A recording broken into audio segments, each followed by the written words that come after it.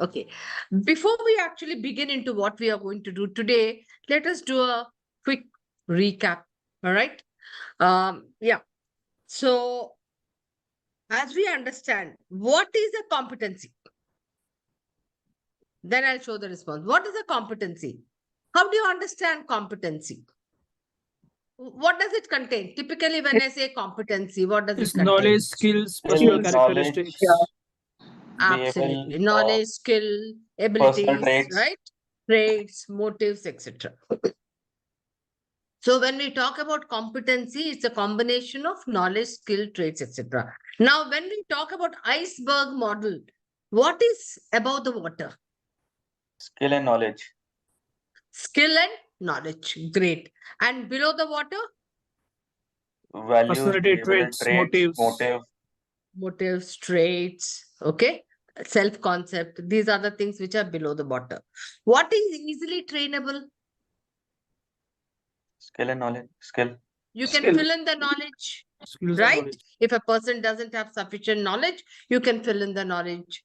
Or if a person does not know an Excel, you can fill in, you can bring him up to speed, teaching him skill.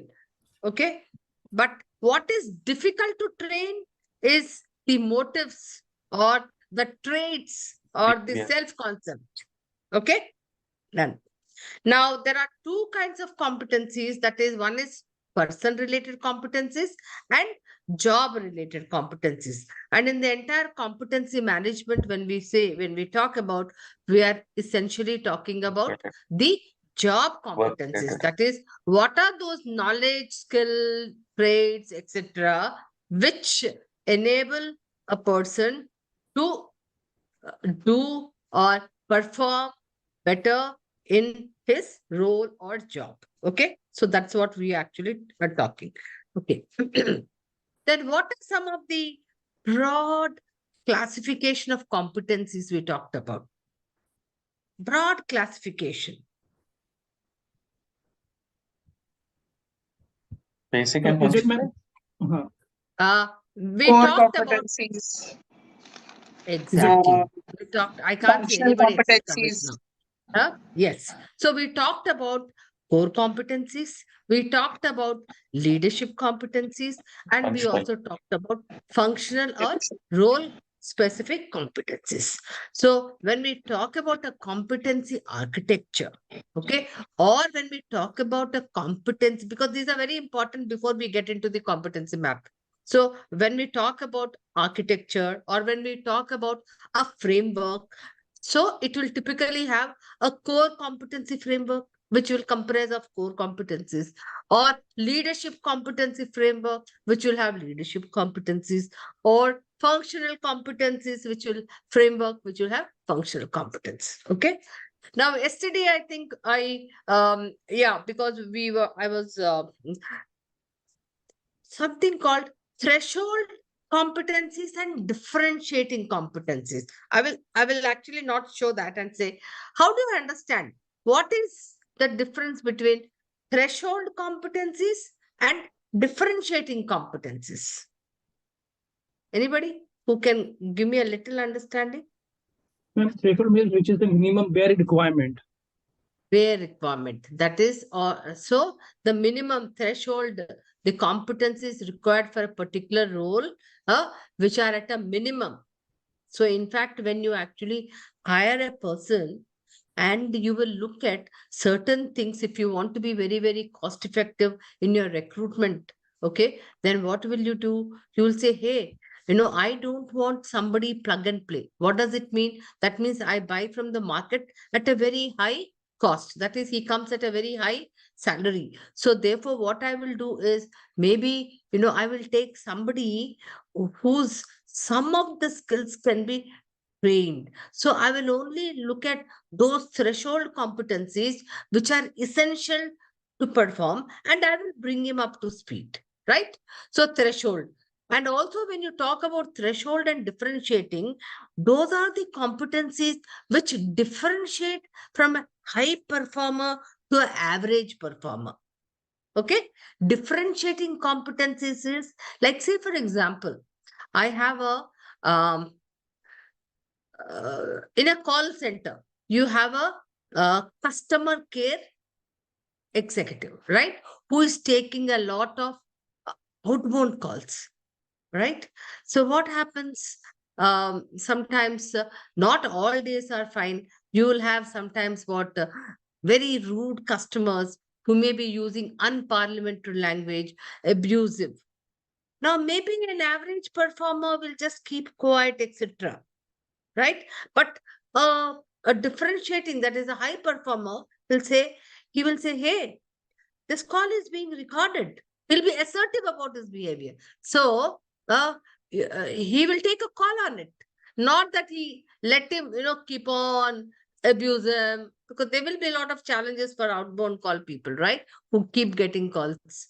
So how do you differentiate? So differentiating competencies are those competencies displayed by the high performers, especially when can you actually see them?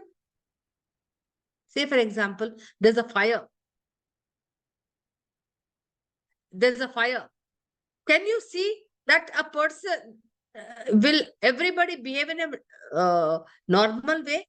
There will be people who will behave differently, who will say, hey, immediately they will say, hey, we have to extinguish whatever we have to do. Or there is a strike in an organization, union strike. A high performer will behave differently. So when can you see such differentiating competencies, especially during critical incidents? We'll talk about this critical incident technique when we are doing competency mapping. But this is how you will be able to differentiate. Okay. So if I have noticed, so differentiating competencies are those which will distinguish a superior performer from an average performer. Just give me a reaction. It's very clear. Okay. Now, how do you measure competencies? Anybody? How do you measure competencies? Let's get a response. We talked about it. We are doing competency map. So what gets measured gets done. So how do you measure competencies? Through assessments, tests. Practical tests, demos. We measure competencies through what? Through bars. I talked about it, right? The basic unit of a competency. Because why competency are so important, so critical, central to the organization, central to your entire your human resource management. Why? Because when you actually work through competency management, they are what? Observable, they are measurable. You can actually see the behavior. So how can you see the behaviors? Like, say, for example, a competency like negotiation. So if you are a recruiter and you have one of your job element or KRA as vendor management, then how will you know that this person is very, very good at vendor management when he will negotiate with vendors and bring down the cost of hire, right?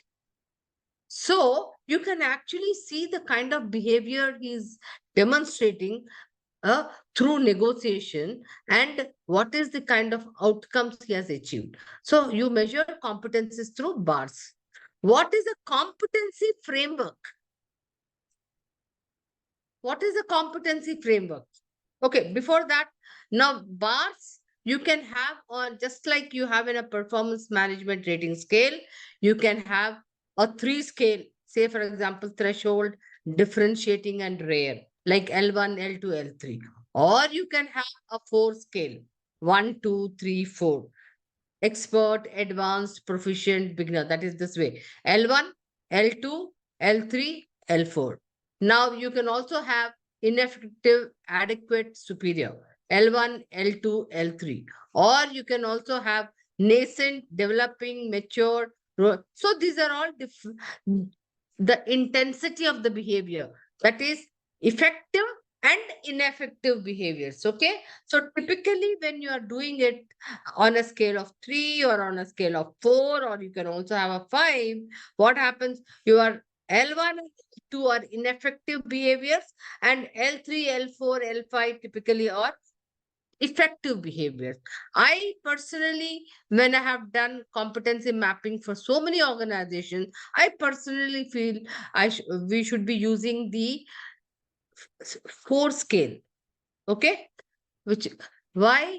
Because when I have a scale of 5, there is a huge possibility of central tendency. That is, I will be using a 3, okay, which doesn't give me a much of a accuracy.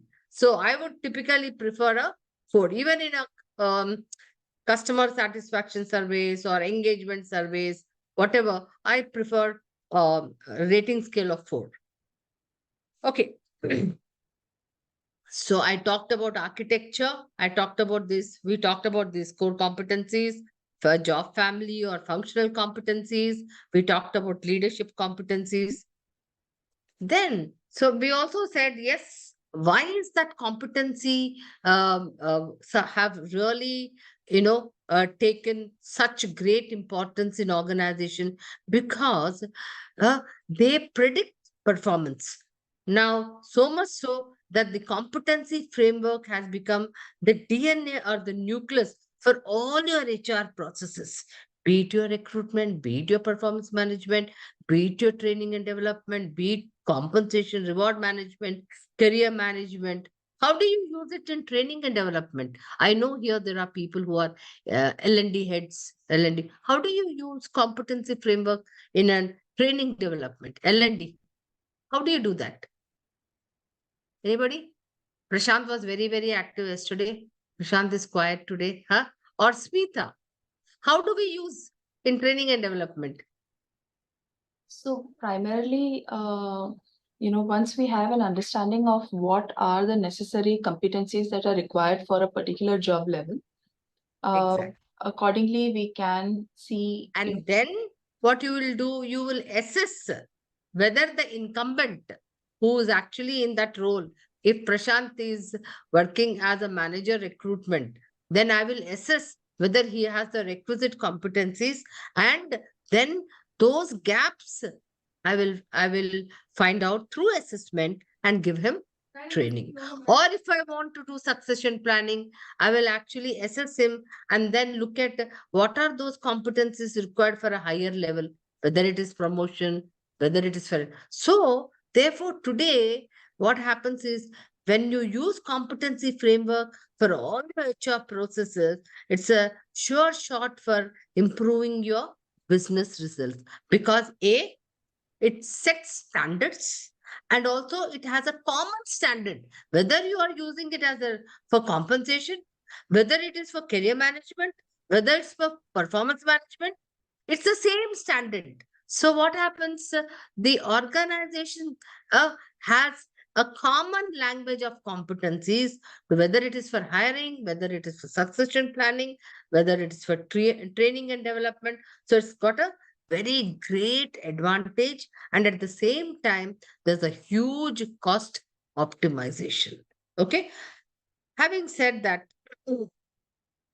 just to give you a little understanding, as you keep going up the hierarchy, higher up into higher levels, what happens is the job complexity increases. So therefore, the need for competencies, behavioral competencies increase, and the task level reduces. If you also notice this, as you move from junior to senior, you will notice that for a leadership competency, or for your middle level managers or a senior level managers, the emphasis on competencies like what? Business acumen, strategic thinking, right? These become very, very important. You will agree with me? Huh? These will become very, very important. Okay? Yeah. Having said that, we talked about competency framework yesterday. We said yes, having understood the organization vision, values, and strategy. Can anybody explain to me what is the competency framework? Anybody? Would you like to try? Yes, ma'am, Prashant here. Yeah. So each organization have their mission, vision, values. Either maybe their focus Business on the strategy to achieve strategy. them. Yeah. Yes, they may be Mm. like customer focus, or maybe in the negotiation, or whatever the values they have. So that is would be the organization mission, vision. Right, When it comes to right, core right. competency, as discussed earlier, the core competence would be either it is So you divided. can have a core competency framework. You don't have to start with a big bang doing everything, right? Then you can, as you go down, you can then get into functional competencies, wherein you have to look at technical competencies. Then you also can look at leadership competencies. So the idea is that when you're looking at a competency framework, you don't have to go big bang. I will do everything. Like Amit was talking about it, right? Where do I start? What do I do? So you can always start depending on your organization there. You can just start with the core competency framework, or you can just start with the core competency and functional competency framework, or only first start with the leadership competency framework. But yes, having said that, whatever framework you are using, what is it? It's a document with a collection of competencies where your behavioral bars are there with their proficiency levels. Okay. Any clarification, guys, before I move on to others? So I said, if you look at a competency map, I talked about a competency map yesterday. So if you look at it, it will have the name of the competency. Say, for example, time management. Then it will have the description of the competency. Okay, like for example, I'll talk about problem solving. So what is the description of this competency? Ability to identify and analyze problems, generate and evaluate solutions, and implement effective solutions. Now, having said that this is the description, then what do? Then I create what? Bars based on the behavior. So I create bars here 1, 2, 3, 4, 5. So L1, L2, L3, L4, L5. L1, L2 can be ineffective behaviors, or the intense, like can solve routine problems. But if you see at an L2, which is an intermediate stage, can solve non-routine. Means here it's only routine, but here it's like an escalation, but can facilitate the solving of complex problems. Here, it is still can identify patterns and trends in problems, can then in the L5, which is the expert level, can anticipate and prevent problems. Now, when you do competency mapping for a particular role, depending on the context of that role, then you will say, hey, this person has to be at a L2 or L3 or L4. That's how we're going to map them. Okay, got it, guys? In fact, I sent you those very good PDFs. You should go through them, Ma'am, where in detail it is given. Yeah, who is that? Somebody was. Nitendra, yeah, ma'am. 1 second. Nitendra, yeah, ma'am. Yeah, Nitendra, tell me. Ma'am, so in short, when we say competency mapping, it's about, I'm speaking about the definitions, about identification of competency and identification of competencies We and are rating coming it to over that. the graphs. Nitendra, we are coming to that. We are coming Okay, to ma'am. that. Before that, we needed to understand a lot of things so that, we have meaningful understanding. Amit Gupta also raised hand. Yes, Amit. Ma'am, I just wanted to know, when we talk about level of competency or proficiency in competency, this all goes and revolves around the manager's assessment. This doesn't go around in case of, any specific scientific assessment, what I have seen. So once we go for performance management system in our organization, or in case if I go for a recruitment ad, perhaps I do it on the basis of guilt, the feeling. But do we have scientific mechanism with respect to a particular job or with respect to a particular role to actually assess this level of competence? Yeah, we are coming to that. Okay. Sure, I'm sure. just doing a quick recap. We are coming to that. Okay. So when I said a competency model, Whether it's a core competency or whether functional, etc., they are just collection of competencies, okay? Wherein all these anatomy is there, description, proficiency levels, etc., which identify what skills, knowledge, behaviors, etc., are all given. Now, having said that, today's most important, yes, and I'm sure Amit will find his question being answered here.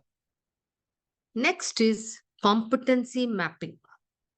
So, what is competency mapping? Anybody? You guys can show up. So, what is competency mapping? How do you understand it? Prashant, It's where you so, Yes, yes, please. as per my Please. understanding, mapping competency from industry to industry. Suppose a specific industry having a specific skill, they Mhm. map according to that what would be the required Okay. competency for So, this based so on industry. essentially, when I say competency mapping process, what is it? Very simple. I have made things very, very simple for your understanding.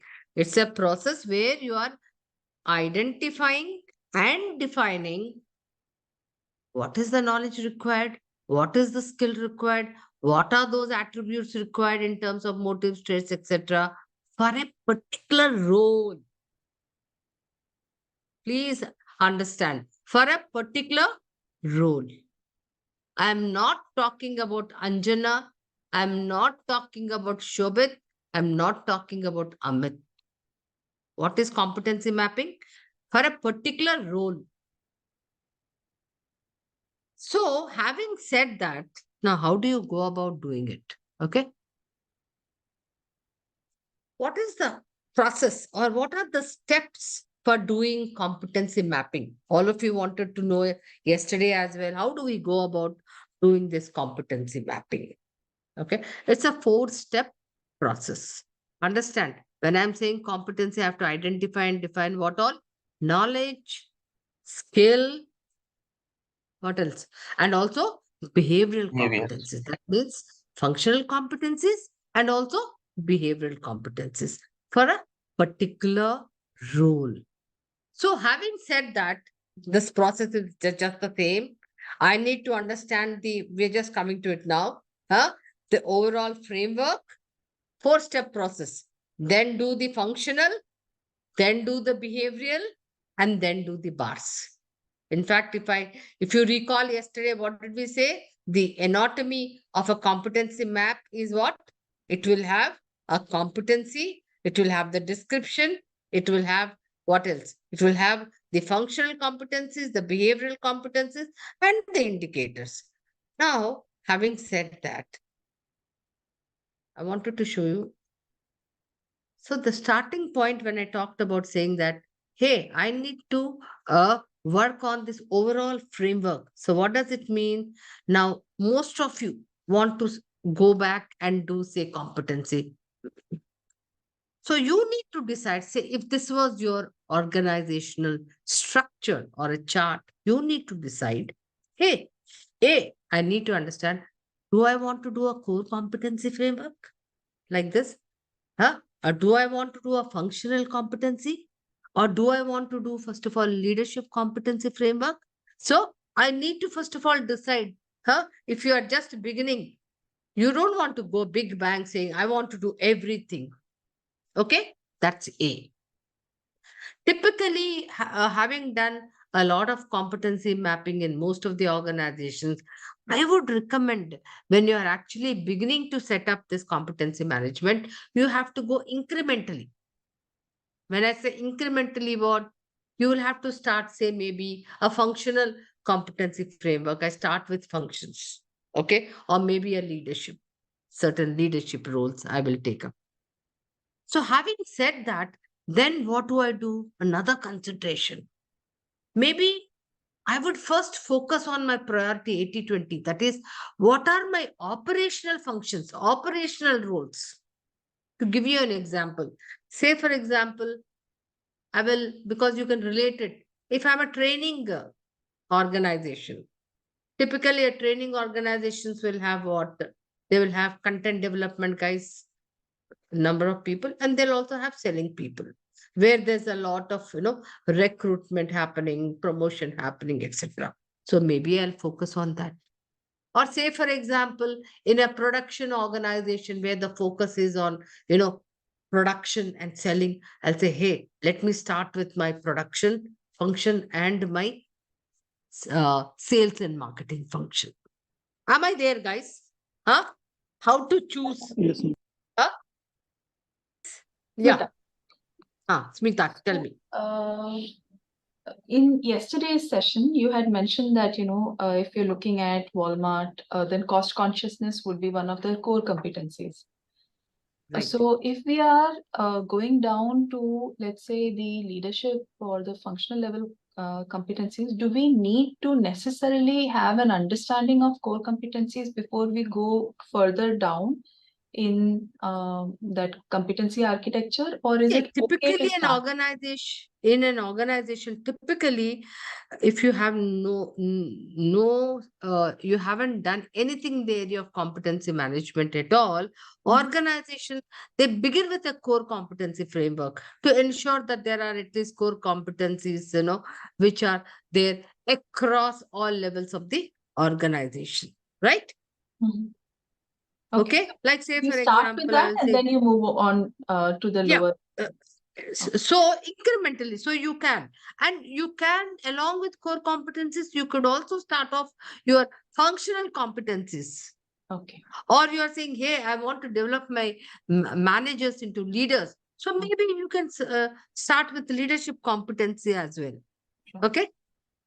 Sure. Done. But you do not go big bang with everything. That's the idea. Right. Understood. So you have to prioritize, right? Okay. Now, once you have done that, then look at, which functions, even in functions, which are those functions you really want to prioritize, and go ahead. The starting point for competency mapping is you need to have what? You need to have a, so the starting point for competency mapping, step one is to create a job description. It's called job analysis. Have you heard of job analysis? All of you? It's where you're analyzing or understanding the various tasks and functions that must be performed in a particular role stroke job. The Okay. prime responsibilities, functional Okay. competencies. Let me use the text. Okay. So when we talk about job analysis, it's again a systematic process of analyzing the job. So how do you analyze the job? By actually what? Getting data in terms of what? What The are the responsibilities, the duties, the task, by either interviewing or observing or sending questionnaires. And what is the output you get after doing a job analysis?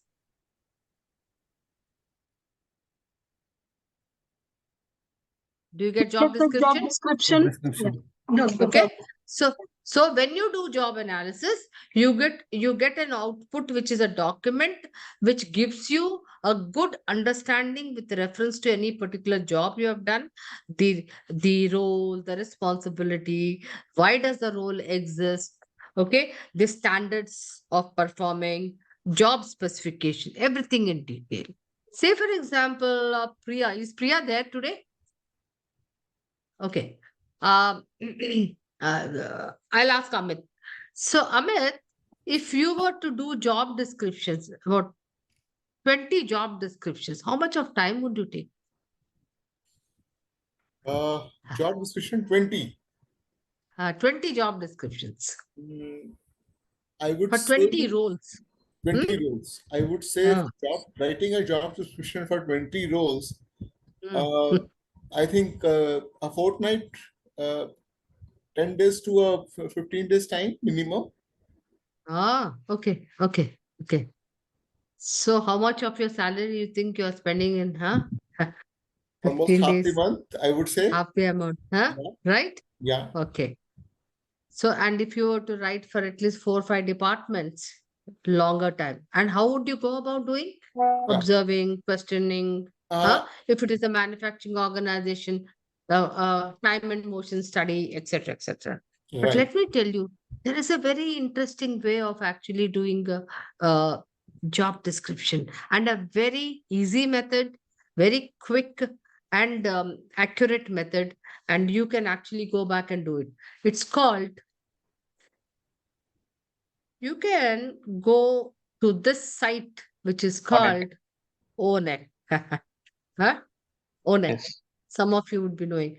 And let me tell you, it's a very tried and tested. Whenever you're doing job descriptions, you have to have the legally, they should be defensible, right? Two, it also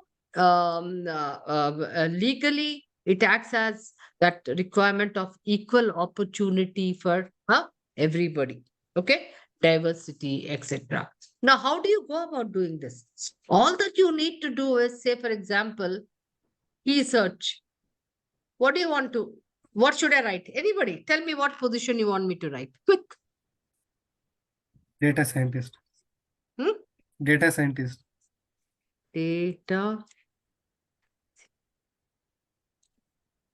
Okay. Data scientist, have I written? Can you see that? Huh? Yes, yes. ma'am. Enter. Yeah.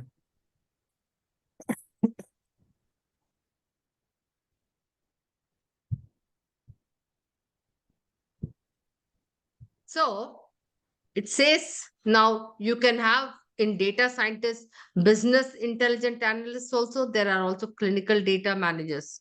So it depends on what kind of a title you have. Or so now it gives you, it also has a code, data scientist. This is your code.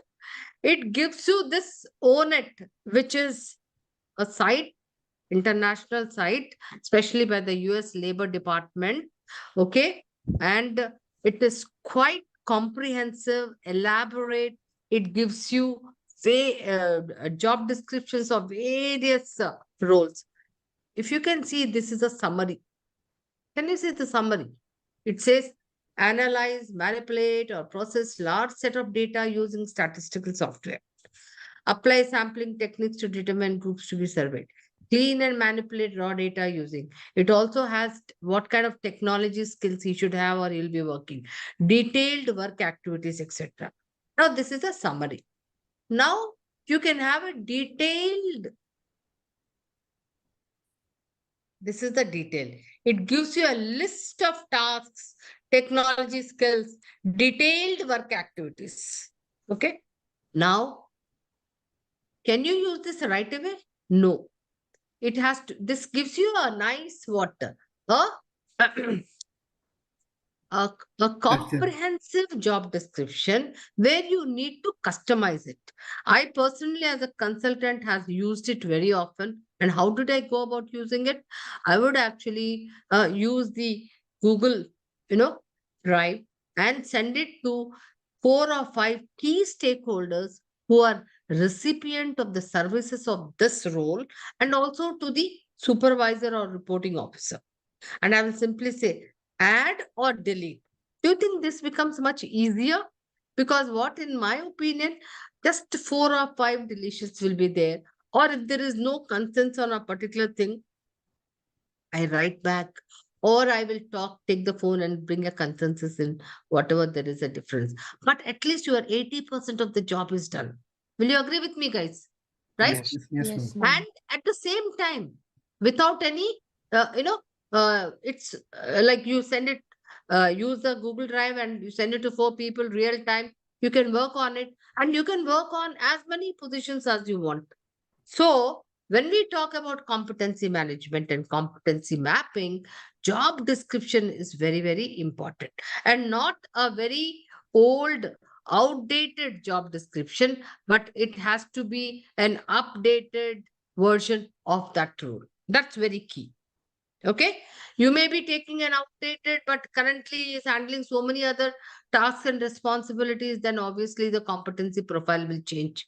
You agree? Yes or no? Yeah. Okay. So you can use this and then customize it with your observations, interviews, etc., and create a job description. That's the first thing. Once you have done the job description, what will you do? You have to do something called job element analysis. Job element analysis, JEA. And what is the job element analysis? It's actually a functional analysis to define your functional competencies in terms of knowledge and skill required. Got it? Job element analysis. So typically a JEA table can look like this. Huh? Now you will be doing that. It can look like this. So wherein when you're saying job element analysis, what are you taking? Say for example, where can I use the annotation? Okay. Say for example, we will take the most simple one. That is because recruiter is something very simple. So if I'm talking about, take any role in an HR function, okay? Recruitment, okay? So typically the recruitment, what do? What are, you have to actually put them into broad elements. So you do several things for one element. Like for example, what could be one element of this recruitment? What could be one element of it? Sourcing. Huh? Recruitment, requisition? Yeah. Requirement? Yes. Right? Requirement? Huh? Requirement gathering, no? Requirement in the sense it that should you be have to get recruitment it from intent. the requirement Recruitment intent, intent. which you get it from the business. Yes. Okay. Then sourcing.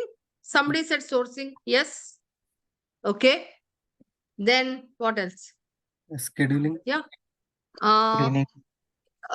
Okay. I will put it as SCHU. Okay. Scheduling. Then shortlisting. Shortlisting. Okay. I'll just put few. And then I will put here selecting and interviewing. Okay. Interviewing and selecting. Negotiation. And selecting. Okay. Now, to do requirement for an average performer at a threshold level, minimum, what do you think? What kind of a knowledge do you think he will require? I'll put as K here. Okay. What do you think he will require? Will he require business knowledge? Business knowledge? Huh? The role requirement. I'll write a short notes, right? Huh? The role requirement. Yeah. So at a threshold level, what knowledge will you require to understand the requirement? Say, for example, I'm an HR guy who's doing this hiring and I get a requirement from the IT, like a data scientist. I need to understand, no? Some amount of business about that. Otherwise, most of the time I know, being a CHRO, I know that a lot of my hiring managers, when they do, recruitment managers, when they don't understand the roles, they will be getting what? Huh? True. They'll be sourcing not the right kind of CVs. So it's very, very important for me to understand business, understand the roles for which the requirement has been made, right? Okay. Now, say for example, this requirement, I want to say for example, a differentiator. So I want to know, how will you write knowledge required for a differentiator? I have to find out, saying that, hey, I have to ask a high performer, saying that, tell me about a time when there was a very challenging requirement. What is that you did, to fill this position? Are you with me, guys? Yeah. Because Yes, ma'am. a superior performer will do it differently. right? Like, for example, I recall some of my very good superior recruiters, every time there was a problem and not able to fill up, they would understand the market. They would actually find out, who's getting laid off, which peer companies are actually, not able to retain, and they would tap on the talent. So, what kind of a knowledge you require? This guy at a threshold level, only business knowledge. But here you need to know what, if you want to be a differentiator, market, Market Market knowledge, analysis. competition. trends, what is happening, everything. Are you with me, guys? And how will you get this? By asking that person a critical incident, or tell me about a time, if this is the situation, what did you do? Got it? Okay. Because this fellow is only bothered about domain knowledge, right? But that is not sufficient, no? To be a differentiator or to be a performer. Okay. Let us look at sourcing in terms of knowledge. Ma'am, what is K and what is S? K is the knowledge and S is the skill. Skill, okay. What are we doing? We are doing job element analysis or task element analysis or role element analysis, okay? To find out the functional competencies of knowledge and skill. What are required for a particular role. So sourcing, what kind of a knowledge will you require? Basic understanding of online sourcing platforms like Naukri Absolutely. Basic understanding. Yeah. Online platforms, I can say.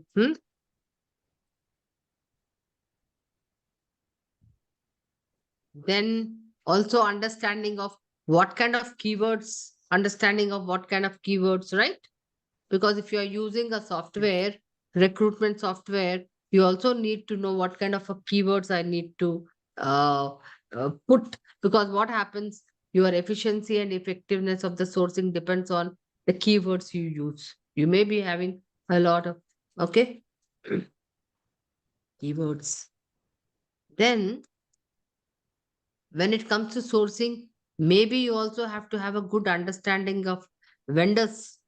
Do you have to have? Yes. Because which channels will you do, right? Vendor management, vendors. So good understanding of vendors. Vendors understanding. Now, when I talk about all this, now, what kind of a skills do you think I will need to have in order? What kind of a skills I'll need to have? When you see vendors, sorry, I put as vendors. Vendors means what skill you'll need to have? Negotiation skill. Networking. Right? Am I right? Yes. Yes. Negotiation skill. Negotiation skill. Okay. Skill. One more. All right. Now, ability to use what? Skill. Operate softwares. No? Basic. Operate the softwares. Otherwise, you won't be able to do. So when you're talking about differentiator, likewise, Social what media. should I know? Social media having. In terms of Social media. knowledge, I Correct. should know all, even maybe, knowledge of how do I do LinkedIn, how do I do social media, Boolean right? searches. Using Okay. Boolean searches. Yeah. Different Absolutely. algorithms while sourcing. Absolutely. So likewise, likewise, now can you all write knowledge and skills? Can we do that? Knowledge and skills for all the job elements when I'm actually looking at a role? Yes. And we can then define and determine the functional competencies, those 5 or 6 competencies which actually show up as critical. Say, for example, market, understanding business domain and market becomes very, very important for recruitment, right? Vendor management becomes very, very important for recruitment. Okay. Let me also show you another example. Let me just Now, just to give you an understanding, I worked out on another role, trainer. Okay, trainer. So let us look at, for a trainer or for the L&D department, design and delivery. Does it become one key job element? Design and delivery of training programs? Yes. Yeah? Yes. Yes. Yeah.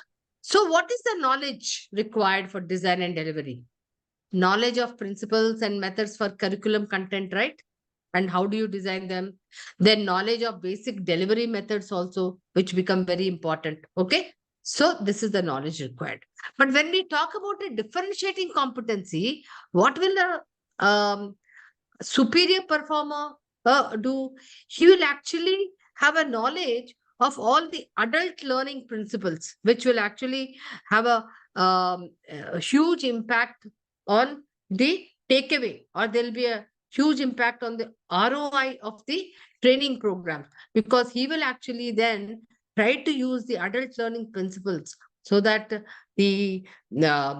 the participants who come for the training get a huge takeaway. Okay. Now, for design and delivery, what kind of skills do you think are required? Presentation skills, Sure. right? And under presentation, you can also talk about, in presentation, what all Communication can skill. you talk about? Can you tell me? Communication skill you can add. Your voice, your body Communication skill. language, right? Your eye contact, huh? Communication, all that can be covered. Okay. Then when you're looking at differential, that is differential competency, you can look at delivery skills for maybe, here an average performer looking at just one local audience, but here you're looking at a global audience. So likewise, if you see for budget management also, we have written, knowledge, accounting principles, knowledge of MS Excel, and very clearly here we have written for a differential competencies higher up in terms of knowledge, higher up in terms of statistical tools, etc. Vendor management. So HRBP. So one group can look at the job description of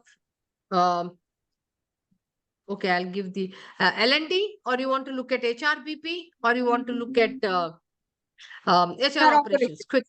Then the HR other operations. group will have the option for another.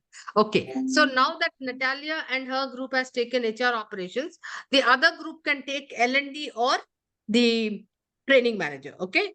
Now, please use that framework of job element analysis, and you will get 15 minutes to work on it.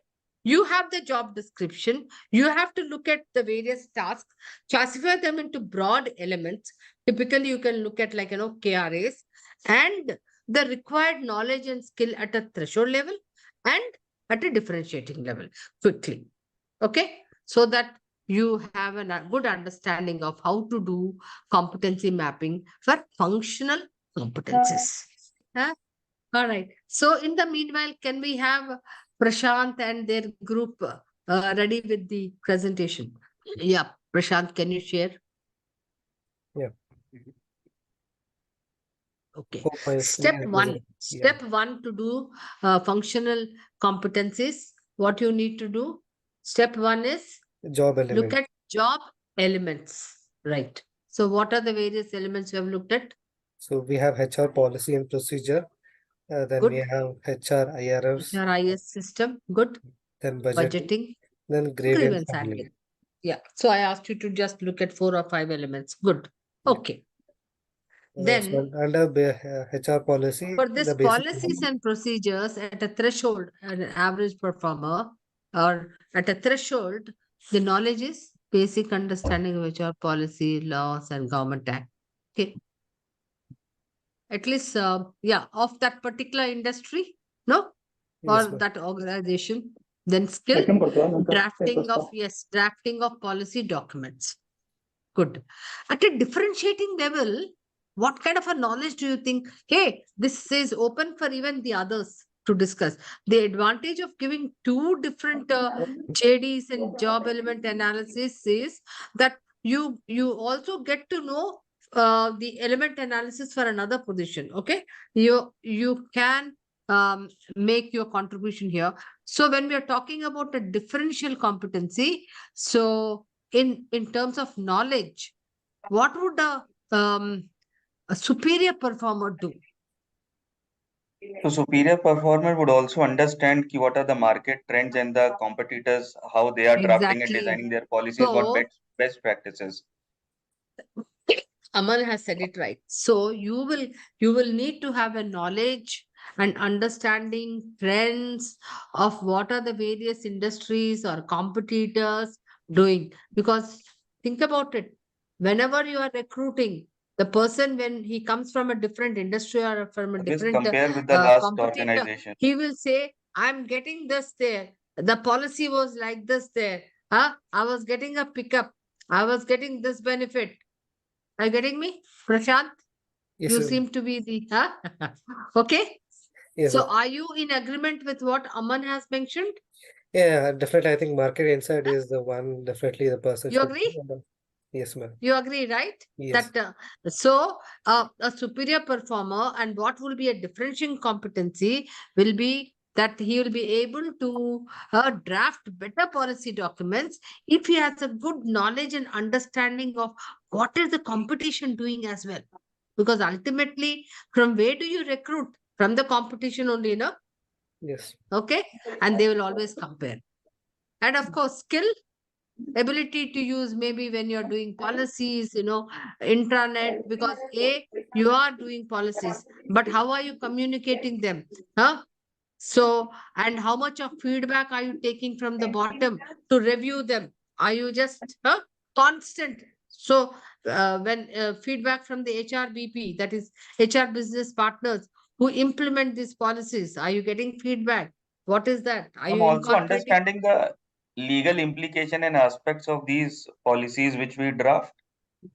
Yeah, legal implications are very important. Certain statutory requirements, benefit policy, if it has a mandatory statutory requirement, you have to incorporate that as well, right?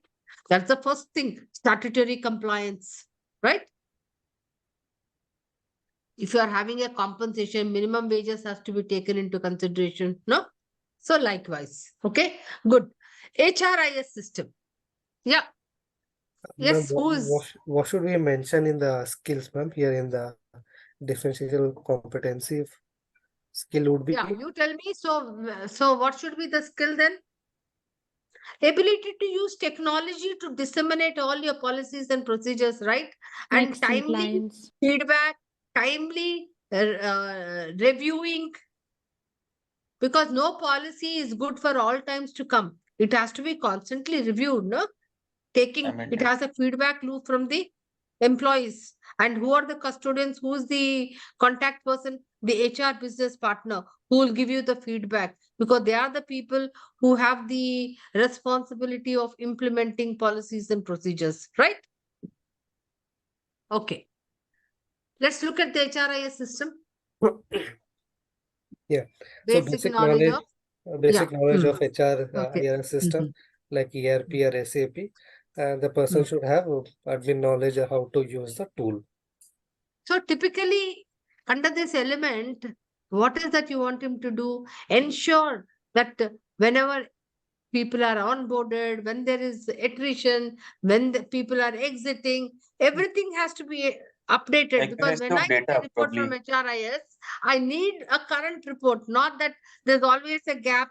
No, So accuracy of data would be like, accurate accuracy data. of data is very, very important. So a differential will be accuracy of data, right? And yeah, hands-on data management. And also, are there Even data other updation also time to time tools, HRIS. timely updation? Are there other tools to ensure that I can make it much more efficient and effective? No? Understanding. Okay, good. Budgeting. Understanding of financial concepts, basic Excel. Okay. Here, SAP and HRP tool. Understanding of financial statements. That's also important when you're doing a budgeting. Okay. Tracking expenses. That's a skill. Tracking itself. So it's a skill of expenses and monitoring. SAP and HRP tools. Okay, good. Grievance handling. Understanding laws and regulations, communication, listening skills, good. Conflict resolution, problem solving. Conflict resolution is a Problem skill. That's what I'm looking at. Conflict resolution is a skill. So what will be a knowledge at grievance handling, Prashant? Where is your other team? They're not supporting you. Huh? You have so at a differential competency, what kind of a knowledge should you have? Again, probably knowledge of, some use cases or Or some maybe hands-on industry experience cases in which that has happened in area. that area. Precedence. Some Precedence. judgment related cases probably in that Yeah. way. Absolutely, absolutely. A person with a differential competency will have a good understanding and knowledge of what's happening in the industry, what kind of grievances, how are they being, how are they being handled? Because ultimately, when you say grievance handling, what should it be? What is the end or the end effect that you should be able to handle the grievance without much conflict, right? Okay.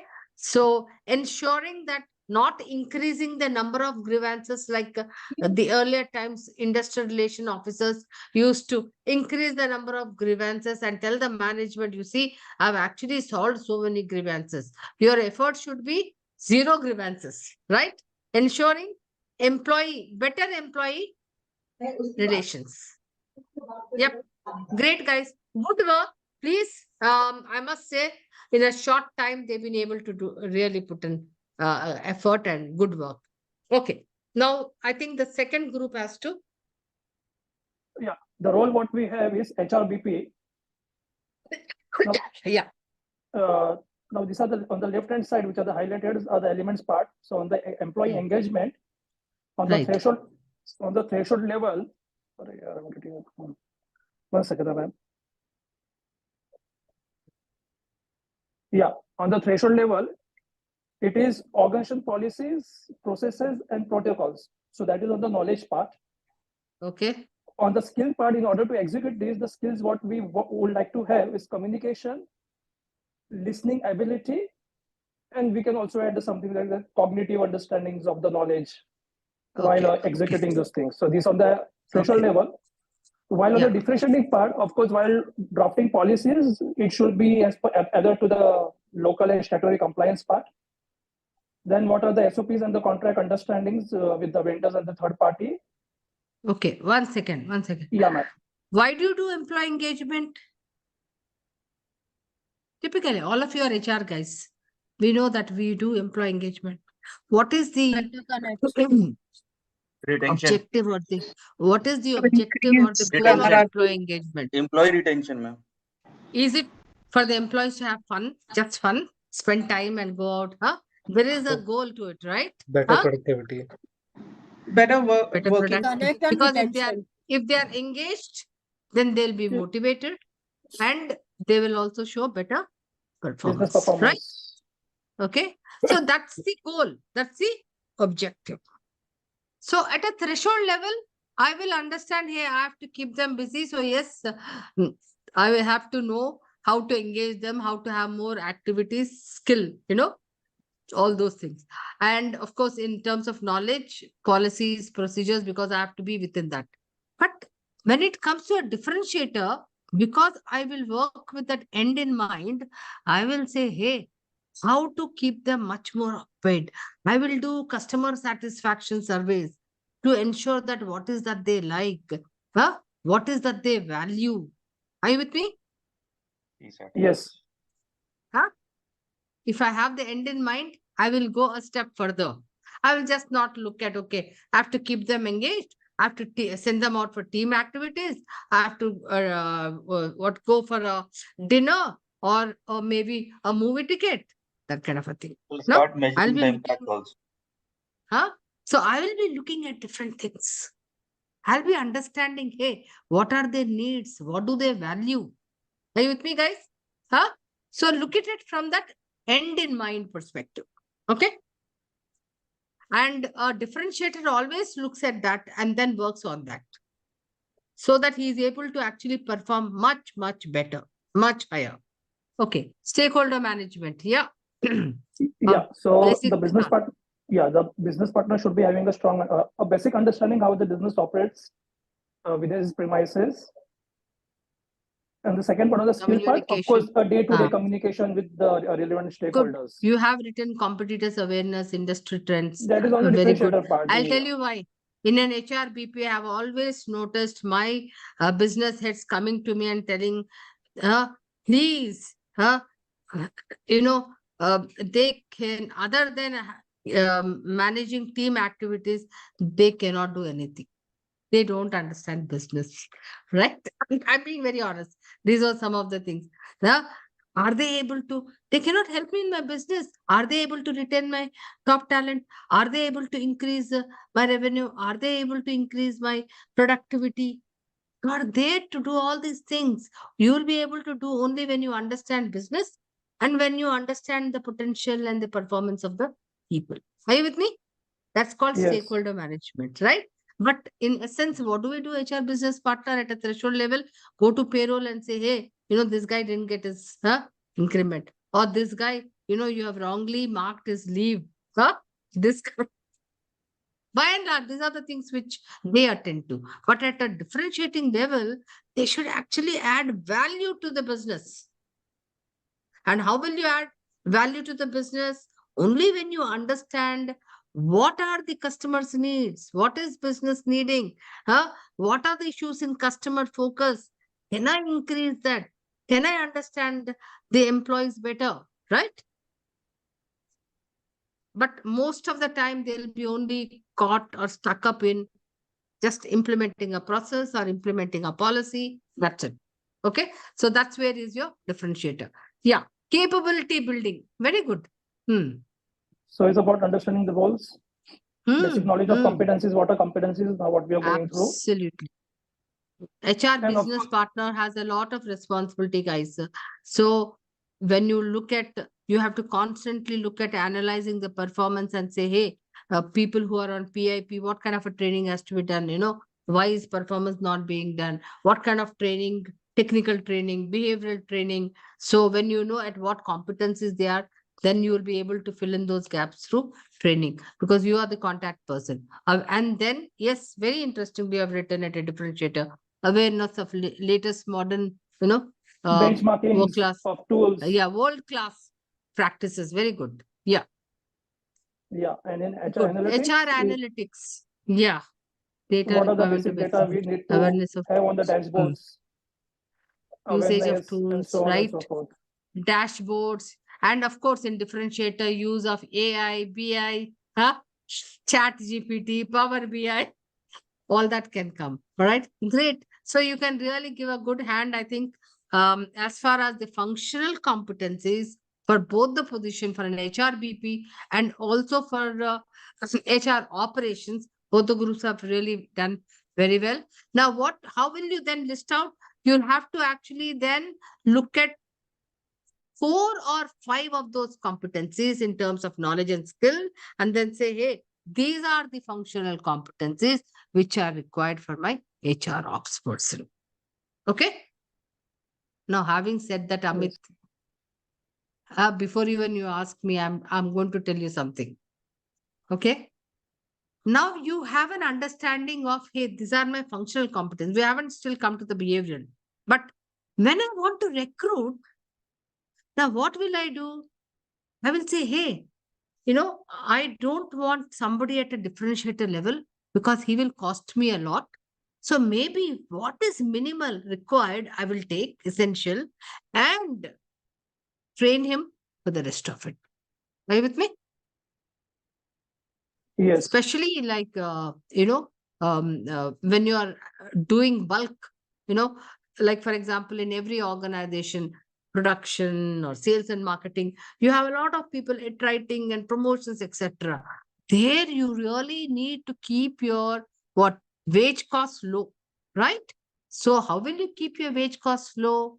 If you are all the time recruiting from market, it will be a very expensive proposition. Okay. So you need to have some kind of a talent pipeline where you can, in my previous organization, medical coders were very expensive. We had to buy them from the market. So what did we do? We actually built a talent pipeline. We started a medical coding college. Okay. And then what would we do? We recruit after a year of training. Then we took them and then put them into a 2-year retention plan. So when we put them in a 2-year retention plan, we were assured of a talent pipeline at least for 2 years. Because I can't actually increase the cost all the time when people are iterating and then asking me, hey, unless and until you give me a hike, I will not be able to stay. Because what will happen to my profits? What will happen to my margins, right? So therefore, I need to, so the HR person was to really work closely with the business. Understand, when I say understanding business, what does it mean? Hey, how do we make money in this vertical? What are the costs? Then where can we reduce? What is understanding business? Then look at your business head. He will also have a lot of appreciation for the HR people. Okay, guys? I did Let have a me see. question, ma'am. Please. Yeah. So say you're recruiting for threshold, even Yeah. in if it's not bulk, for example, simpler. And you say, okay, you know what, you're going to train and make them come up to a point of a differentiator. Yeah. There is also this concept of, whether that person has that potential to come up to that differentiator. He may have threshold now, and he's good at what he does threshold wise now. But is there something that says, okay, you know what, this person has the wherewithal to come up to differentiator? What are those things that say, what are the competencies, or what are the things that say that, okay, you know what, because I'm making an investment in the future, it's a gamble I'm taking. Here is it. I'll give you a small example. Polo Hill Street, where I was heading them. It's a big, large BPO with 30 to 40,000 people. Now, a customer care executive or at a lowest level, okay? Now, we used to take people 12th class pass, not even a graduate, okay? Because a graduate will expect a little more, but a graduate's motivation will be, okay, fine, I'll park myself for 3 months or 6 months. And then as soon as I will go for higher education or higher job or whatever, he'll go away. So we would only take 12th class pass. Now, essentially, what am I doing? There is something called a stay-in period. So this is that understanding of business you need to have when you're also recruiting. Not all jobs you want to look at a lot of potential, right? Like specifically for this job, there is a stay-in period of 5 years maximum. When I say stay-in period, what does it mean? That means that if he will become a TL at best, okay? If he stays for more than that, then what happens? My margins will shrink because wage cost will go up. Ultimately, it is narrow, no?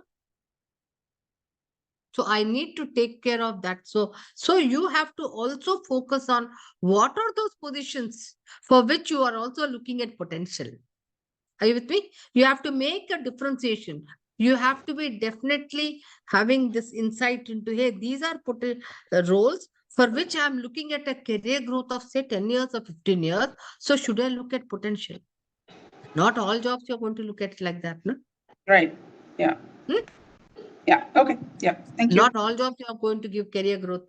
No, even if it is in your own you're into that construction, right?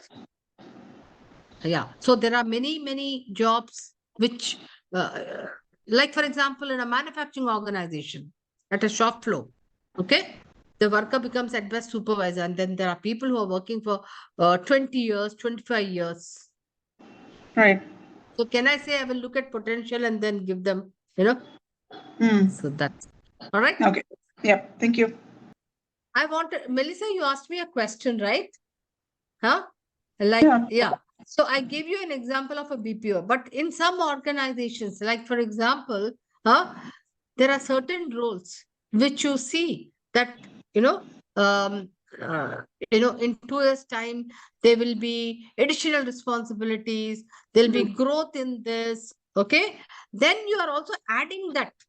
See, so you are actually then looking at projecting what are those competencies required, because when you are Right. hiring that person, then you are also assessing, does he have a potential? So there is a differentiation between, are you hiring for now or are you hiring for the future also? Yeah. Okay. Thank you. The interesting example about competency, I wanted to tell you, I was working for an FMCG company where, sales function, sales and marketing is a very key function. Okay. And even in a pharma company. So here, there was this guy in a particular region, a sales guy, who was very, very good at, achieving his targets month on month, quarter on quarter. He was very, very good, exceeding the targets. So the sales manager promoted him to a managerial level, saying that he can then step into my shoes. Okay. And so that he can become a all India sales manager, because he was actually a sales manager for a particular region. Then what happened? Couple of months when he became a manager, what do you think would have happened? Huh? Anybody who can He was not so successful. conjecture? Perhaps he Conjecture? was Yes, not able Master. to do a managerial He had capability to job. manage a team of 10 people in that area. He became an ASM. From a sales representative, he became an ASM. Now, is the role of an ASM different from a sales representative? It He has is. to Yes, manage definitely. and achieve targets through people. But this guy, what did he do? Not able to handle meetings, not able to share his ideas, no planning and organizing. He would actually catch hold of 2, 3 people, do things just as the way Toka PT, just the way he has done. He was doing an ASM role, but in the so by promoting him, you have actually, spoiled a good sales guy. Either you actually give him training. So that's why when Aman mentioned to me that there are people who are there 5 years and they become managers, yes, we need to ensure that before they step into those roles, give them those necessary, what I said, as you keep going from junior to middle to senior, the complexity of the job in terms of competencies keep increasing. You have to actually give training in that, right? Yeah. So what did we do till now? We actually did job element analysis. So what do you think now we should, so as per your definition of competencies, we've done the knowledge and skill part. So what is that we need to do now? Okay.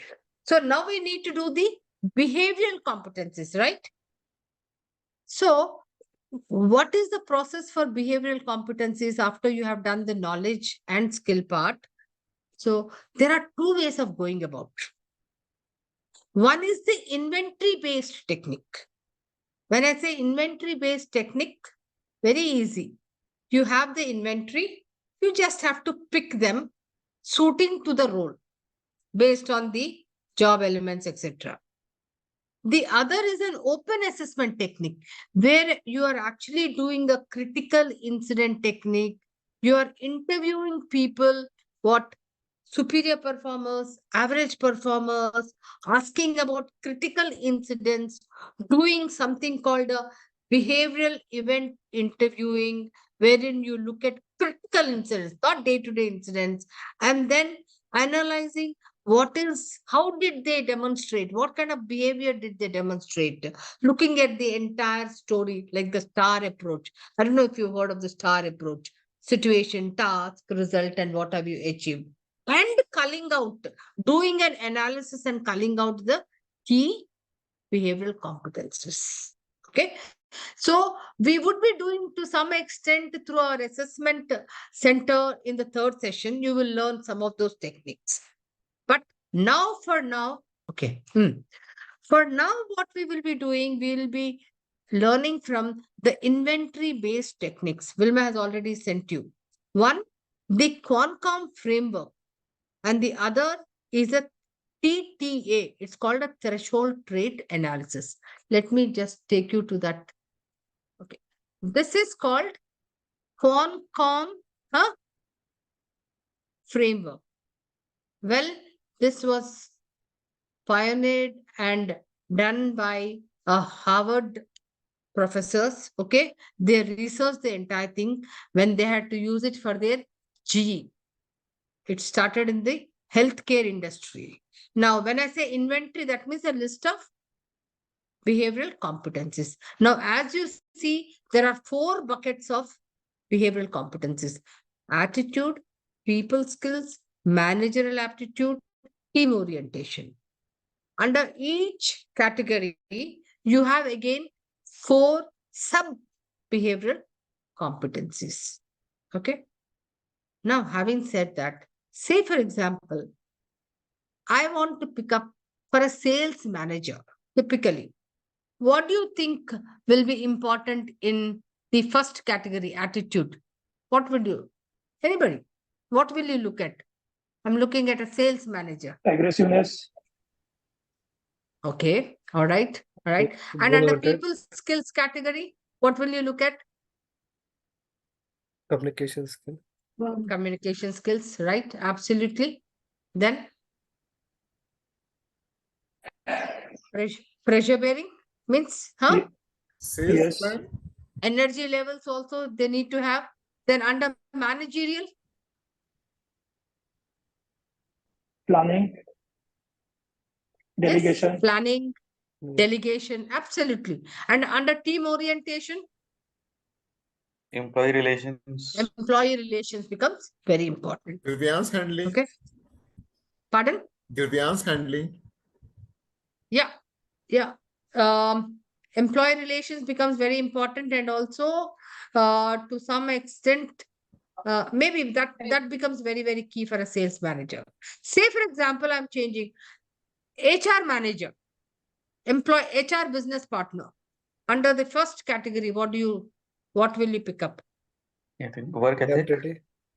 Work ethic, absolutely Work right. ethic. Very good. Okay. Then people skills. Communication. People skills. Communication. Okay. Then managerial aptitude. Planning. Yeah. I think Planning. Also, creativity, independent judgment. judgment. Independent judgment also becomes very important for an HR business partner. Team orientation. Cooperation Cooperation. becomes important because there are Cooperation. many stakeholders there. It is it's a very customer facing, whether it is employees or whether it is your business head, etc. So cooperation becomes very important. Okay, to some extent, yes, technical expertise, because you will have to get data, use data, analyze data, do analytics, so to that extent. So this is called now. I mentioned that you need to have a definition for your behavioral competency. Now, in this inventory, and you also have it there, you will see what there are definitions for every behavioral competency. So, like for example, adaptability. Adaptability. What is the definition? Proven ability to perform well under changing conditions. What is the keyword there? Changing conditions. Adaptability related to changing conditions. What could they be? Stress also. Physical conditions. Varied personalities. New methods. Excellent practical results. Anything, right? Varied things. Now, Amit asked you a question. Will the competency definition and the bars be the same irrespective of the role? Now, my question to you is, say for example, adaptability for a campus recruiter. The bar will be very different. Proficiency level will be very different because traveling will be there, no? Meeting different people. And for a payroll guy will be different. If I want to say adaptability. Are you now seeing the context? How the bar, how it changes depending on the context of the role. Got it? Yeah. Are you all with me on that, guys? For Yes, ma'am. example, Yes. communication. Let me take communication. Okay. You are an HR operation person. You have to communicate. Okay, HR operation. Say, for example, one element will be laws, statutory requirements, documenting all that. HR operation guy has to comply with a lot of statutory requirements. Sometimes you have to do a lot of documentation. So there is communication involved. Yeah? Yes or no? Yes, Now ma'am. there is another role. Customer care executive. Now this guy is a customer care interfacing with the customers. So he's all the time getting sometimes very, it's a very difficult role, right? Customer facing roles are all the time getting. So there the communication will be very different. He may have to be assertive. He has to show different kind of communication there. Are you seeing the difference? So therefore, the proficiency level, the definition will change. Are you very clear? The point I'm trying to make is that the competency may be the same. Your behavioral competency may be the same, but the definition and the bars will be different if the context is different. Sure. Because the usage depends on the context. Okay. And the context, where does it come from? From the job description. Okay, guys? Creativity. For a payroll guy, will there be creativity? No, ma'am. He has to just work. What will be very important there? Eye for detail. He can't afford to make mistakes. Accuracy should be there. Otherwise, help desk, when he has it on month, if there are many things, the employees will shout at him. He'll say, why did I get less money, even if it is 10 rupees or 15 rupees? Why did you deduct this? What is this? So, eye for detailing is more important there. Creativity, maybe for an HRBP, to some extent, you need creativity, because what kind of ways he or she will have to think to keep the employees engaged, different kind of activities, so that they find value in that. Okay. Yeah. Just to give you some examples. So this is a list of what Qualcomm behavioral competencies where you can pick up. There's another one. This is typically for the white collared people.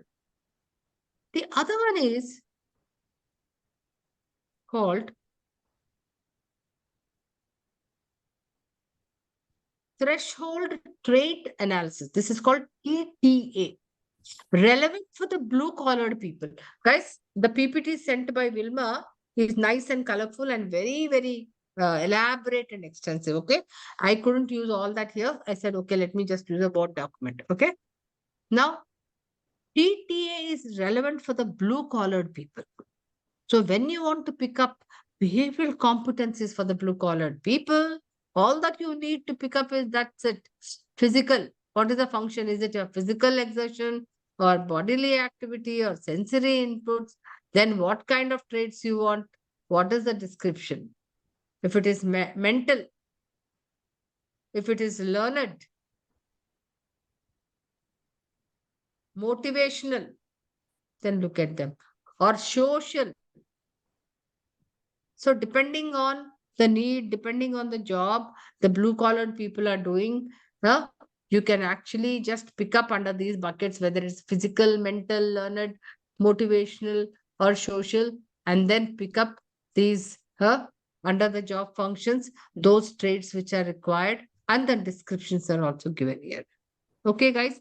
But normally people don't do behavioral competencies for the blue collared people, because they are typically, they come under a union agreement where their wages is fixed by the union agreement in terms of how many pieces they have to make, or what are the number of hours, or what is the productivity they have to make.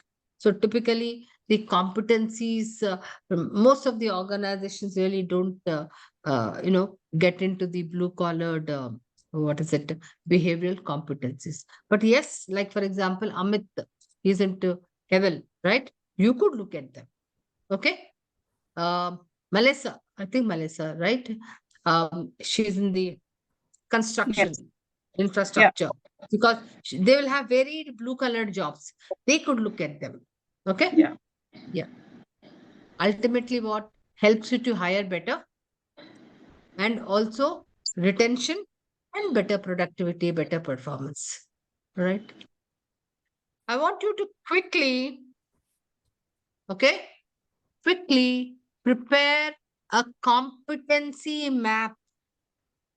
Just looking at, let me look at the time. Just 2 behavioral competencies.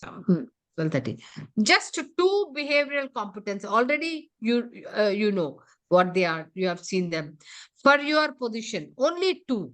And create the bar or create that proficiency scale. And don't have, like here it is 5. Just have 3. 3 is good enough. Beginner, practitioner, and expert. 3 is enough. Okay. You could have just a 3 scale, level 1, level 2, level 3, or no, time won't permit us. Just use 2 behavioral competencies. Okay. The definition is given there. What is the definition of that behavioral competency? And then, as I said, how will you create a competency map? The first 2 will be ineffective behaviors. Say, for example, teamwork. Okay? Teamwork. What is the definition? Ability to work effectively as a part of the team, including the ability to. So when you work as a part of the team, what do you do normally? You will collaborate, build relationships, and also you are contributing to the team in a positive manner. So when you're creating this bar, behavioral anchored rating scale, what happens when a ship is anchoring? Effective, ineffective. Okay, anchored. If you just have a scale 1, 2, 3, but no behavior there at that scale, you don't know what it is. So you have to put a behavior there saying that, hey, so like for example, basic can work effectively in a team, can lead a team, and can optimize the team's performance. So the intensity is increasing. It is becoming effective and effective as the proficiency level is increasing. Are you with me, guys? Huh? Yes, ma'am. Are you with me? Now, 2, caution. When you use the words here, the words should be such that there's a common understanding of them. You can't say is very good. Like even effective is also, I will not recommend. Okay. Though they had given it somewhere. You have to use in such a way that yes, across the organization, it is understood in the same manner. My effectiveness, if I say effective, could be, my understanding could be different from your understanding. Then it takes away the entire, that the efficiency of a competency map. So you have to use the right words in such a way that there is a common understanding. And you are able to what? 2 things. Observe, measure. If you are not able to observe and measure, then it cannot be your behavioral anchor. These are the 2 things which are very important. Behavior anchor, I should be able to observe that behavior. Can I observe it? If I'm not able to observe, you should not be writing. Are you very clear? So what is it now? You will just have 10 minutes, write only 2 behavioral competencies, pick it up from Qualcomm. Okay. And yeah, Aman, so can you actually showcase your thing and you can also complete that individually? So what we were saying is, delegation means the task and activities that follow up as a basic step.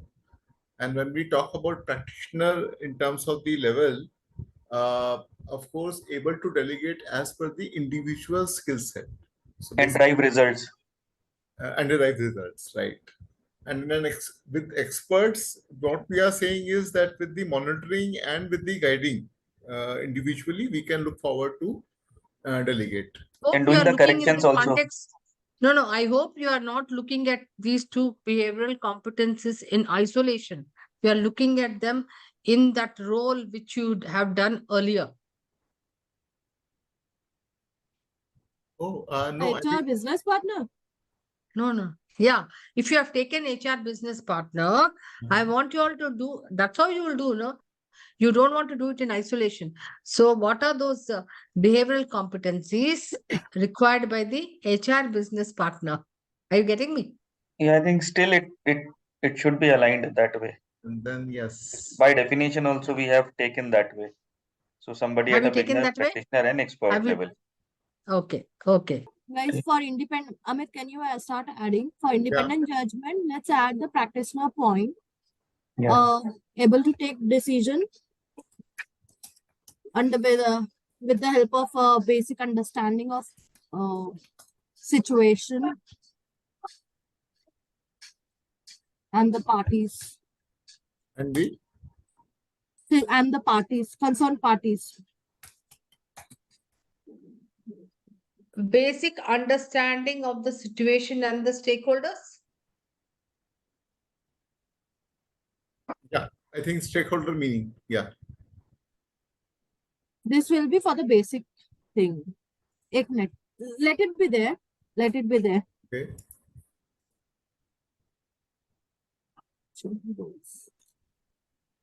So typically when you write this, rightly stated, middle one. Now increase the proficiency for expert and decrease the proficiency for basic. I think this definition is still, it's missing few points for the practitioner because this is something basic thing. Requirements or Do you know why you have this challenge? Do you know why you have this challenge? Because so it's a good when sometimes you don't have that context of a job. Are you getting me? Mm-hmm. So behavioral competencies are not defined and developed in isolation. They have to be in a context of the job context. So the job context here is missing, and therefore you are having a challenge because you do not know what are the list of tasks, etc. Because independent judgment related to what? Got it? Yes. So you now for independent judgment, keep in view or keep in mind the HR business partner. Okay. yes.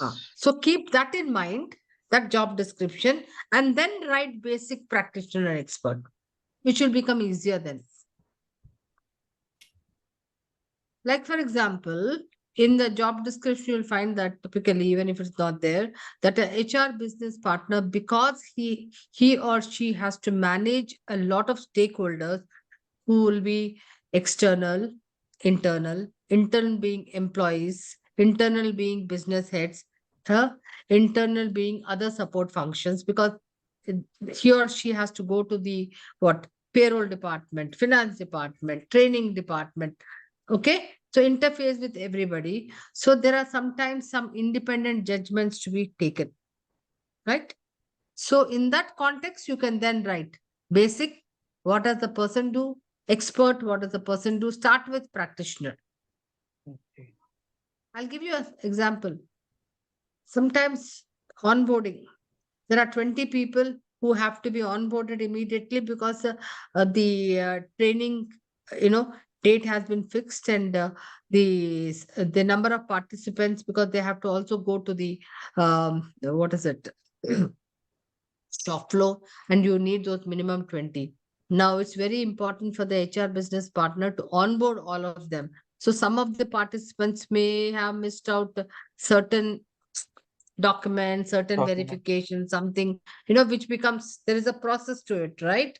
So there is a scope for independent judgment there, what she will do or he will do, right?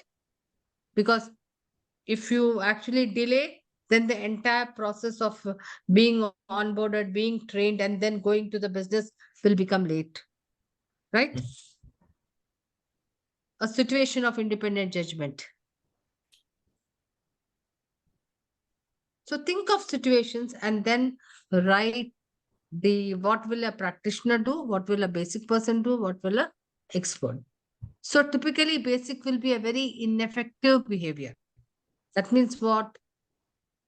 Incapable of what?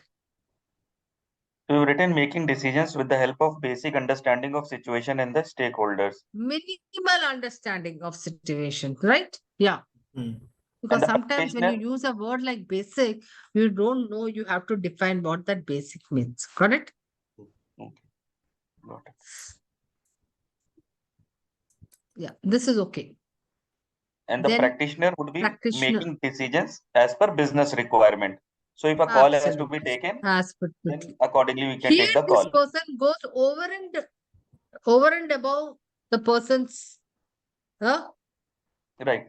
you know, a person who's an expert level takes an independent judgment, not going by, hey, this has to be there, this protocol, over and beyond, making Exceptional. maybe exceptions, maybe taking permissions and doing it. Like, for Or example, probably background changing the verification. process also for going forward. They can take a Process decision. is not possible. Process is not possible. Process is not within. You can take an exception. Are you getting me? Okay. Like, for example, background verification. Will you say this person does not need background verification when it becomes very mandatory for a particular business because the client insists that everybody should have a BGV? You can't make an exception there. You can delay that, right? Taking an independent judgment that, hey, this person is everything, I take the responsibility, it will be done, right? Some relaxations could be. Yeah. Yeah. Guys, so for independent judgment practitioner, I have this point. We can add ability to understand and analyze data points, stakeholder needs, and able to make independent judgment for the situation and take corrective measures. So with Okay. this, If you are considering saying that as a practitioner, then you'll have to increase the proficiency level at the an expert level. proficiency will be proactively working towards resolution. Yeah. You could use proactively, etc. So should we add this for practitioner? Yeah, we can. I think we should add Yeah. out. Yeah. Okay, We should can I repeat? Maybe we can modify the text a little bit and then update all three. Yeah. So yes, Amit. Amit or Aman, you want to showcase so that the others also can get the advantage of what you have done? So yeah, Aman, you are going to speak or Amit? Yeah. So keeping in mind the role of HR business partner, we have taken these two behavioral competencies. The one Okay. is delegation, wherein the definition says that someone who can assign responsibility and authority in the interest of improving experience Okay. of our Actually, I copied it down. That's okay. So okay, you Can can effectively repeat. work through people Accomplish accomplish desired ends. results. Okay. So what is So, this task and activities with follow-up? sorry, ma'am. This one. Basic. Yeah, what is this you have written? Task and activities with follow-up. So this was actually delegating task at matlab they can delegate task and do a follow-up basically. So Whether for it has happened or not. So you should write delegates tasks and Delegate tasks, activities with follow-up. Okay, because just writing task and activities didn't make much sense for me. Okay. That got All right. missed actually. Okay. And the Able practitioner to delegate as per team's skill skill set. set. All right. Okay. It can be assigned task. Is that right? Okay. And the Okay. expert would be So- driving results by monitoring and guiding the team and also taking the corrective measures depending on the outcomes which comes. Okay. Like for example, some feedback, course correction, etc. Okay. Right. Done. The second one is Independent independent judgment. judgment. So basic level making decisions with the help of minimal understanding of situation and the stakeholders. Right. The practitioner would be ability to understand and analyze data points, stakeholder needs, and able to make independent judgment as per situation and do the corrective measures also. Okay. And this is And proactive. expert would Proactively be doing proactive everything. decision making in alignment with scenarios that can arise. Okay. I think good. In a short time, you are able to do something. Now, others, you have done job element analysis and also behavioral competencies. Job element analysis, defining and determining the functional competencies like knowledge and skill, and using the Qualcomm inventory of behavioral competencies, you have derived the behavioral competencies for those job roles.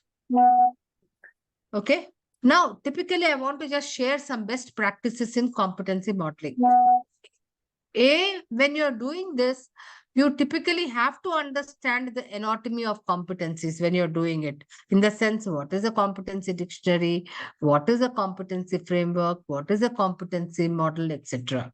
And I have given you in detail and also sent you reading material as to what are these various terminologies. Okay.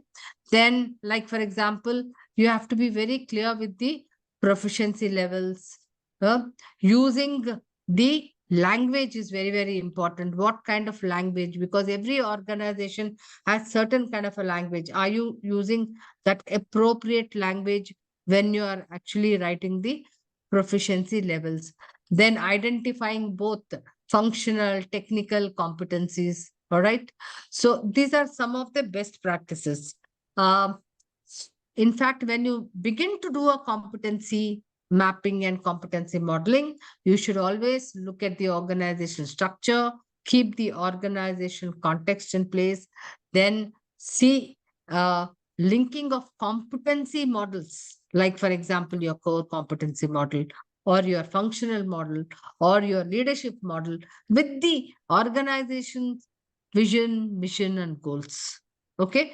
There has to be an alignment. There has to be a linkage. And as I stated to you earlier also, don't start from the bottom, start from the top. All right. And very, very important to have what? A very rigorous job analysis. Why is it important? The output, that is the job description, the document will be very good in terms of what? The list of tasks, the list of responsibilities, the standards of performance, everything can be captured. Okay. So you definitely have to get that right by showing it, going through certain iterations and also showing it to the superior or the reporting boss. And like, for example, Melissa was talking about it. There will be certain jobs which are future oriented. Melissa, are you there? Okay. So you should also keep that into consideration, the job requirements. Okay.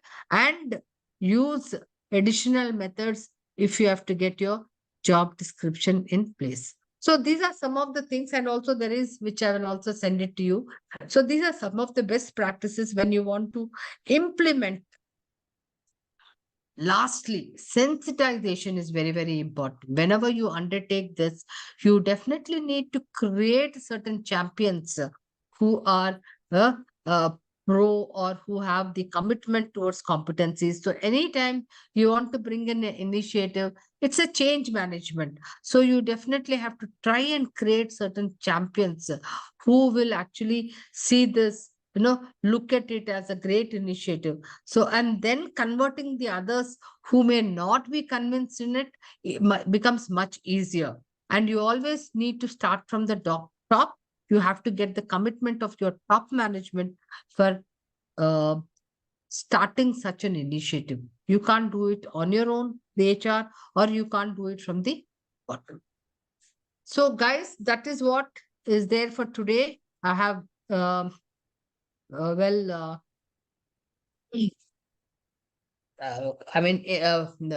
a detailed way, made you understand what is competency mapping and how can we do it. Any